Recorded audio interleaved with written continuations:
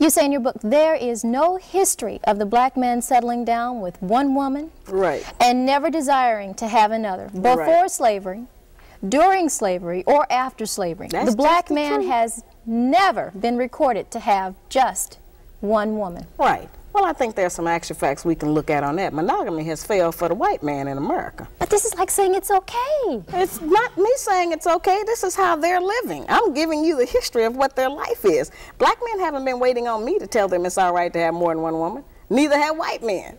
You know, this is just what they do. I'm not talking about fornication and adultery. I'm not talking about one-night stands and running around rampant with other women. That's not the kinds of, when I say more than one woman relationship. I mean that before we came to America, our men had more than one wife and family. And we were satisfied with it because we had not met the monogamy idea. We had not met the American white woman who, you know, insists on certain kinds of values in her man. We had not learned envy and jealousy. All right, after coming here, those kinds of ideas were bred into us because of society and the mores that the Americans made up here, and so then we started to have problems with that. But I think that since it is apparent that most of them, not all of them, it's certainly up to the man, do love more than one woman. I got tons of mail.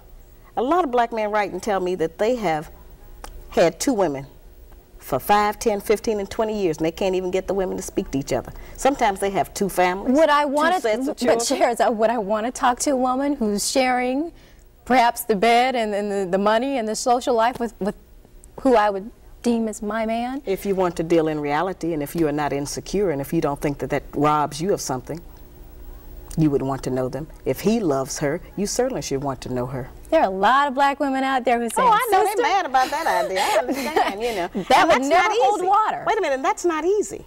And that's a frightening thought to most of us. And I don't like that. I'm not for that.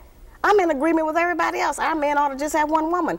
But that is not the reality. I'm trying to get us to deal with some reality for a change. Stop dealing with fantasy. Stop dealing with television. Stop dealing with imagination of how we wish things were. Let's deal with them how they are, what it is, present tense. And but if we because deal with that's that, happening doesn't mean I have to like that or want to accept that. No, that means that you can live in hell. That means you can live in doubt. That means that you can always be checking on your man. That means that you can be insecure and be, you know, tearful. And that means you can be disappointed when you find out the real truth. And you don't want to have that in your life. None of us do.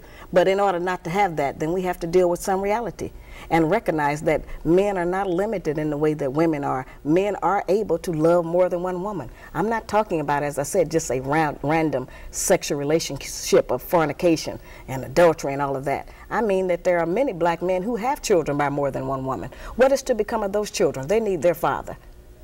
But if you would cheat on me or walk out on me... Well, see, that's what I'm saying. We have to get into definition. Who told us that was cheating? Where did that idea come from that that's cheating? And I'm not saying that a lot of men are not just running around. I'm not talking about that.